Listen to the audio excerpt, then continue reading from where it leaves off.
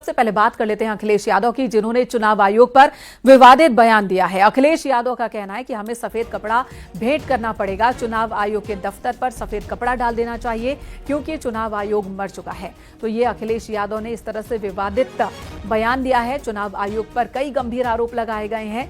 मिल्कीपुर विधानसभा उपचुनाव के दौरान 500 से ज्यादा शिकायतें समाजवादी पार्टी की ओर से चुनाव आयोग को दी गई है और कार्रवाई की मांग की गई है प्रशासनिक अधिकारियों पर, कर्मचारियों पर। और इसी से बौखलाए अखिलेश यादव का कहना है कि चुनाव आयोग मर चुका है और इस पर सफेद कपड़ा डाल देना चाहिए। देखिए, चुनाव आयोग पे बगल में ही बिल्डिंग है चुनाव आयोग की, मैं वो लाना भूल गया। सफेद कपड़ा डाल देना चाहिए उस पर, क्योंकि चुनाव आयोग मर चुका है। मैंने सुबह से और समाजवादी पार्टी ने सुबह से लेकर के शाम तक, जब तक चुनाव खत्म हुआ है, 500 कंप्लेंट्स किए, 500 कंप्लेंट। अगर एक भी कंप्लेंट पे उन्होंने कहा, और मैंने अपनी कई प्रेसों में ये कहा था कि मैं चाहता हूं ये चुनाव देखे दुनिया कि लोकतंत्र कैसे चलता है। लोकतंत्र में मैंने सभी प्रेस के लोगों को, बुद्धिजीवियों को और तमाम लोगों को इन्वाइट किया था कि आकर के देखें कि मिल्कीपुर का चुनाव कैसा होने जा रहा है।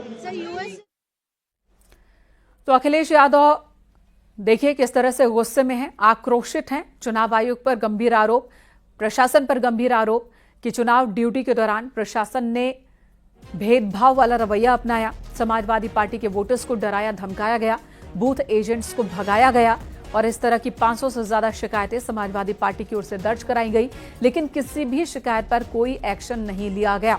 ये आरोप लगाए जा रहे हैं समाजवादी पार्टी की ओर से कि मिल्कीपुर में निष्पक्ष चुनाव नहीं हुआ है और तमाम कर्मचारी, जो चुनाव आयोग के कर्मचारी, प्रशासन के कर्मचारी, उन्होंने भेदभाव वाला बर्ताव किया है।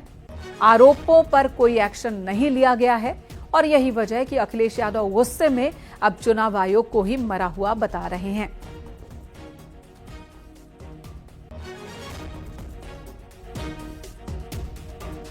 अखिलेश के बयान पर बीजेपी सांसद रवि किशन ने निशाना साधा। इन्हें पहले इलेक्शन कमीशन हिमालय पर था, अद्भुत था जब जीत गए थे 42 सीट। आज वो मर गया, 6 महीने में ही मर गया। अब कफन लेकर देश की सबसे बड़ी पंचायत में आ रहे हैं। सबसे बड़ा काला दिन है, इससे काला दिन हो ही नहीं सकता कि अब राजनीति इतनी ओछी होती जा रही है कि लोग कफन लेके आ रहे हैं। लकड़ी भी ले आते, तुष्टीकरण की राजनीति तो लोग ओपनली कर रहे हैं, कफन ले आते, लकड़ियों ले आते। तो इससे अपने समुदाय, अपने वोटरों को हमेशा ये संदेशा भेजते हैं और जाति की राजनीति हम लोगों पर लगाते हैं। भाजपा वाले जाति राजनीति करते हैं। ये सब बहुत, देखिए, ये जनता सब समझती है और जनता जवाब देती है। जनता का वोट है। जब आप 6 महीने पहले किसी ने कुछ नहीं दावा किया। 6 महीने पहले वही डबल इंजन सर, वही योगी महाराज जी वहां मुख्यमंत्री उत्तर प्रदेश से, यही डबल इंजन सर, और अचानक आप सब ये हजम तो नहीं होता। लेकिन हाँ, इससे ओछी राजनीति और सदन की गरिमा को इतना तार तार करेंगे विपक्ष, ये हम नहीं सो। विपक्ष अपने सबसे अजीब से रूप में आ चुका है। ये देश भी शॉक्ड है कि लोग कफन लेके अब पहुंच रहे हैं। अरे अखिलेश यादव की इस नाराजगी, उनके इस गुस्से के पीछे की वजह मिल्कीपुर में बंपर वोटिंग बताई जा रही है। मिल्कीपुर में इस बार 65.35% मतदान हुआ, जबकि साल 2022 के विधानसभा चुनाव के दौरान 60.23% वोटिंग हुई थी। यानी पिछली बार के मुकाबले इस बार मिल्कीपुर की जनता में खासा उत्साह देखा गया है और ज्यादा वोट परसेंटेज को कई सारे जानकार ये बता रहे हैं कि अब वहां पर बदलाव के लिए वोटर्स ने मत का इस्तेमाल किया है और यही वजह है कि अखिलेश यादव ज्यादा नाराज दिख रहे हैं।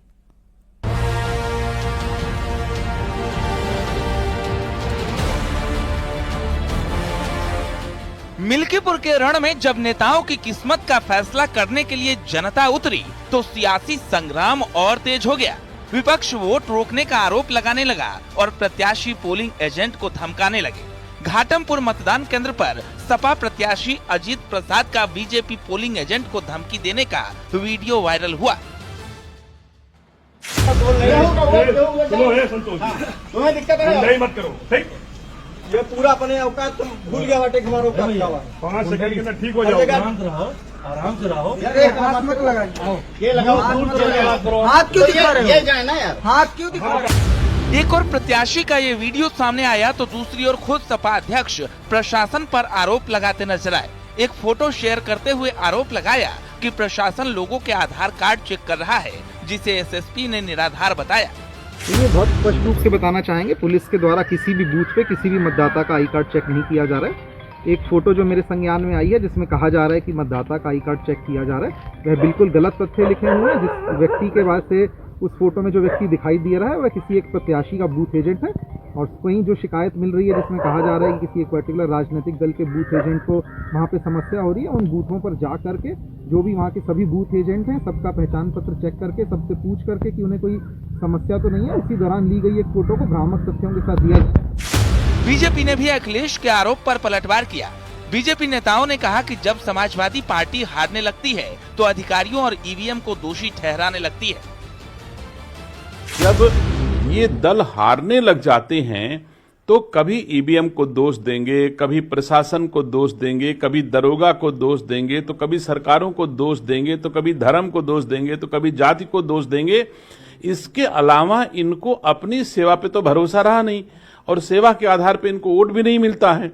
तो मैं समझता हूं कि अब ये हताशा में जो आरोप प्रत्यारोप लगा रहे हैं उन्हें महसूस हो रहा है कि मैं हार रहा हूं और हारने के बाद मुझे क्या दुष्प्रचार करना है उसी की भूमिका बनाने का प्रयास कर रहे हैं। निष्पक्ष चुनाव कराने के लिए चुनाव आयोग कटिबद्ध है, हम लोग भी कटिबद्ध हैं, सरकार भी। मेरी आवाज पहुंच रही हो और उनके आरोप निराधार हैं, वो हताशा और निराशा बोल रहे हैं, वो जान रहे हैं कि हम लोग चुनाव जीतने वाले नहीं हैं, इस नाते इस तरह के बयानबाजी दे रहे हैं। उन्होंने एक योजना बनाई थी कि बाहर से बहुत से लोग बुलाकर और उनसे मतदान कराने के लिए, तो बहुत से लोग पहुंचे तो वहां पर उसकी चेकिंग हो रही है कि कौन यहाँ का रहने वाला है, कौन बाहर का रहने वाला है, तो उसमें ये लोग पकड़ में आ रहे हैं। बहुत से ऐसे समाजवादी पार्टी के कार्यकर्ता यूट्यूबर बन के वहां पर घूम रहे हैं। तमाम आरोप और प्रत्यारोप के बीच जनता के साथ ही बड़े नेताओं ने भी वोट डाले। अयोध्या से सांसद अवधेश प्रसाद ने इनायत नगर में मतदान किया तो रुदौली से बीजेपी विधायक रामचंद्र यादव ने घटोली में वोट डाला। दोनों ने अपनी अपनी जीत का दावा किया। भारतीय जनता पार्टी पूरी तरह से इस स्थिति में पहुंच गई कि अपने उम्मीदवार की जमानत नहीं बचा पाएगी। सबका साथ, सबका विकास, सबका विश्वास का जो नारा भारतीय जनता पार्टी का है वो साकार हो रहा है। भारतीय जनता पार्टी का उम्मीदवार भारी मतों से जीत रहा है और आज के दिन यादों मतदाताओं में इस बात का काफी उत्साह है। समाजवादी पार्टी के पैर पहले ही चरण में उखड़ गए हैं। अब समाजवादी पार्टी का वोटर ही वोट डालने के लिए नहीं निकल रहा है, इसीलिए समाजवादी पार्टी के प्रत्याशी अजीत प्रसाद लोगों को डरा और धमका रहे हैं। भारतीय जनता पार्टी ने इसकी शिकायत चुनाव आयोग से की है और मुझको लगता है कि बहुत जल्दी इन पर प्रभावी कार्रवाई होनी चाहिए। विपक्ष के आरोप और बीजेपी के दावों के बीच निष्पक्ष मतदान पूरा कराने के लिए जिले के तमाम अधिकारी सतर्क नजर आए। जिला निर्वाचन अधिकारी खुद बूथों पर पहुंचे और शांतिपूर्ण चुनाव संपन्न करवाने का दावा किया। कुछ जगह पर मशीनें खराब थी और उसमें मुख्य रूप से वीवीपैट में कुछ समस्या आ रही थी, तो वीवीपैट ईसीआई गाइडलाइन के हिसाब से उसको रिप्लेस किया गया इंजीनियर्स के साथ में। और इसके अलावा कहीं पर अगर शिकायत थी कि एजेंट्स नहीं बनाए जा रहे, एजेंट्स को बाहर निकाला जा रहा है, तो इन सभी का तत्काल जो है मौके पे भेज के जांच कराई गई। किसी भी बूथ एजेंट के द्वारा, किसी भी राजनीतिक दल के किसी बूथ एजेंट के द्वारा कहीं से कोई शिकायत हमको नहीं दी गई है। बाकी लगातार सभी वरिष्ठ अधिकारीगण फील्ड में मौजूद हैं, सभी ड्यूटीज हमारी लगी हुई हैं, सभी सुनिश्चित करवाने की शांतिपूर्ण ढंग से मतदान संपन्न हो। पूरे उत्साह के साथ मिल्कीपुर का चुनाव पूरा हुआ। अब फैसला 8 फरवरी को होगा, लेकिन जिस तरह आरोप प्रत्यारोप का दौर चल रहा है, सपा और बीजेपी आमने सामने दिख रही है, वोटिंग परसेंटेज जिस तरह का हुआ है उससे फाइट टाइट हो गई है। अब इंतजार रिजल्ट का है। Bureau report, news 18।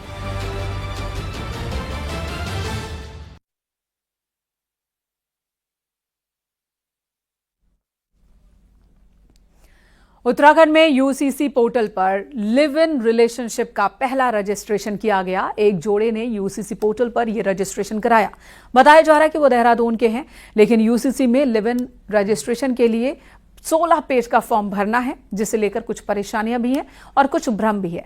आज हम आपको लिव इन रिलेशनशिप रजिस्टर्ड कराने से जुड़े तमाम कंफ्यूजन्स को दूर करने वाली ये रिपोर्ट दिखाते हैं।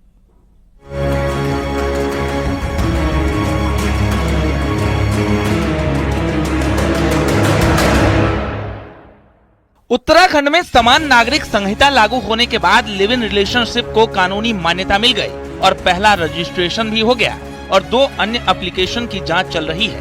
पहला रजिस्ट्रेशन जिनका हुआ है वो जोड़े यानी लड़का और लड़की दोनों हिंदू बताए जा रहे हैं। यूसीसी में लिव इन के लिए पहला रजिस्ट्रेशन, देहरादून में एक जोड़े ने करवाया रजिस्ट्रेशन, 2 अन्य एप्लीकेशन पर हो रहा विचार। रजिस्ट्रेशन के लिए 16 पेज का फॉर्म भरा गया। लिव इन जोड़े की पूरी जानकारी गोपनीय रहेगी। पोर्टल पर पूरी तरह से गोपनीय है डेटा, सिर्फ रजिस्ट्रार देख सकेंगे पर्सनल जानकारी, अन्य किसी तरह से जानकारी नहीं दी जाएगी। यूनिफॉर्म सिविल कोड के तहत लिव इन रिलेशनशिप में उत्तराखंड में पहला मामला रजिस्टर्ड हुआ है। एक दंपति ने इसमें रजिस्ट्रेशन करवाया है। इसके अलावा 2 अन्य जोड़ों ने भी इसके लिए आवेदन किया है जो अभी जांच के प्रोसेस में हैं।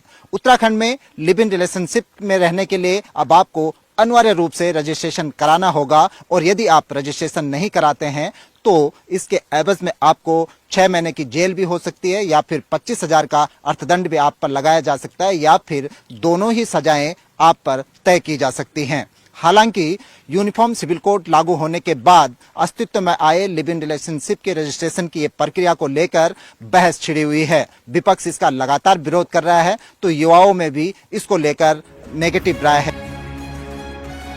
यूसीसी लागू होने के बाद लिव इन रिलेशनशिप पर उत्तराखंड में नई बहस छिड़ी हुई है, लेकिन उसमें एक परेशानी 16 पन्नों का रजिस्ट्रेशन फॉर्म भी है।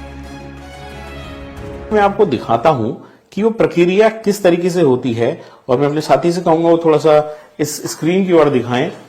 ये स्क्रीन जो है दरअसल ये यूसीसी की पोर्टल है जिसमें सबसे पहले रजिस्टर कराना होता है। मैंने इसमें अपना रजिस्ट्रेशन करा रखा है, तो ये इस तरीके से रजिस्ट्रेशन करा रखा है।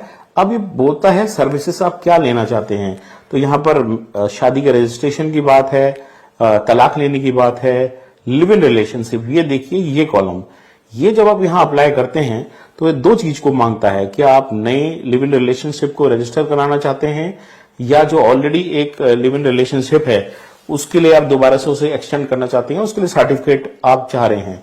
तो जब आप यहाँ से अप्लाई करेंगे तो इसमें पहला कॉलम ही ये आता है कि रजिस्ट्रेशन की डिटेल है। तो यहाँ आपको बताना पड़ेगा कि रिलेशनशिप के लिए आप लिव इन रिलेशनशिप यानी साथ साथ रहने के लिए, बिना विवाह के साथ साथ रहने के लिए अप्लाई कर रहे हैं और आप लोकेशन कौन सी जगह से हैं, इस तरीके से लोकेशन आप करेंगे तो आप उत्तराखंड के हैं, उत्तराखंड से बाहर के हैं, ये इसमें बताना होगा। इसके बाद जब ये डाल दिया तो अगला चरण जाएगा, फिर जो महिला है लिव इन रिलेशनशिप में उसका आधार नंबर यहाँ डालना है और इस तरीके से उनकी पूरी इंफॉर्मेशन, महिला का नाम, डेट ऑफ बर्थ, इस तरीके से सब कुछ ढेर सारी डिटेल इसमें मांगी गई है। उनका नेशनैलिटी क्या है, राष्ट्रीयता क्या है, रिलीजन क्या है। सबसे महत्वपूर्ण पार्ट ये देखेगा कि वो हिंदू हैं, क्रिश्चियन हैं, इस्लामिस्ट हैं, सिख हैं, इस तरीके से अलग अलग रिलीजन की बात है। क्या उनके पहले कोई लिव इन रिलेशनशिप थे, इसकी भी जानकारी देनी है। ये जब दे दिया तो इसके समर्थन में यहाँ डॉक्यूमेंट लगाने हैं और डॉक्यूमेंट जब आपने लगा दिए इसमें भी अलग अलग है, फोटो लगनी है, फोटो पुरुष की लगनी है और उसके बाद लास्ट में होना है डिक्लेरेशन कि मैं इस चीज की घोषणा करता हूँ। 16 पन्नों के फॉर्म में कुछ ऐसे प्रावधान भी हैं जिनको लेकर लोगों में भ्रम है। एक भ्रम ये है कि लिव इन में रहने के लिए धर्म गुरुओं से अनुमति लेनी होगी, लेकिन ये पूरी तरह गलत है। ऐसा प्रावधान यूसीसी के नियमावली में नहीं है।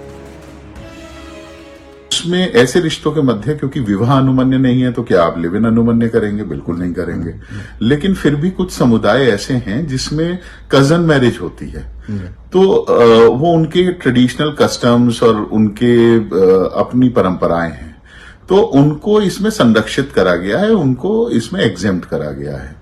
तो यदि अगर कहीं मामा और बुआ के बच्चों में विवाह होता है और वो परंपराएं लंबे समय से चली आ रही हैं, तो वो यदि लिव इन में रहना चाहते हैं ऐसे 2 लोग, तो उन्हें सहूलियत दी गई है कि वो एक ये सर्टिफिकेट अपने धार्मिक गुरुओं से ये दिला देंगे कि इस समुदाय में ये परंपराएं लंबे समय से चली आ रही हैं, जिसके कारण उनका लिव इन पंजीकृत हो सके। तो ये सहूलियत दी गई है। यानी लिव इन में रहने के लिए किसी पंडित या मौलवी की अनुमति नहीं लेनी होगी, लेकिन ये प्रावधान विशेष समुदाय के लिए दिए गए हैं जिनमें कजन मैरिज जैसी प्रथाएं हैं। उनमें भी उनके धर्मगुरु सिर्फ ये बताएंगे कि उनके समुदाय में ऐसी प्रथा है या नहीं। सरकार का दावा है कि लिव इन में रहने के लिए दी गई जानकारी पूरी तरह से इनक्रिप्टेड होगी, यानी पूरी गोपनीयता रखी जाएगी, लेकिन लोगों का मानना है कि इससे उनकी प्राइवेसी को खतरा है।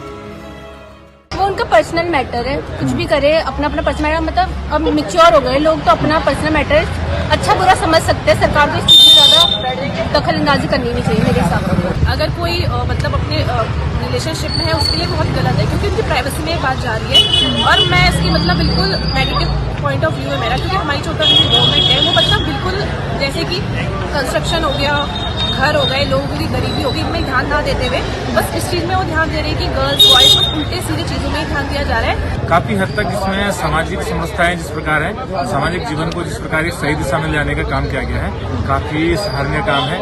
आप इसमें एक अगर पॉइंट देखेंगे कि कहीं ना कहीं इसमें कहा गया है कि यदि किसी कपल को रिलेशनशिप में रहना या लिव इन में रहना है तो उसे कहीं ना कहीं रजिस्ट्रेशन कराना होगा और तलाक संबंधी भी इसमें बातें हैं, तो वो कहीं ना कहीं एक सही समाज की दिशा की ओर एक कदम है। बहरहाल यूसीसी और खासकर लिव इन रिलेशनशिप के रजिस्ट्रेशन को लेकर विवाद और बहस के बीच लिव इन का पहला रजिस्ट्रेशन पूरे देश में चर्चा का विषय बना हुआ है। देहरादून से सुनील प्रभात, न्यूज़ 18।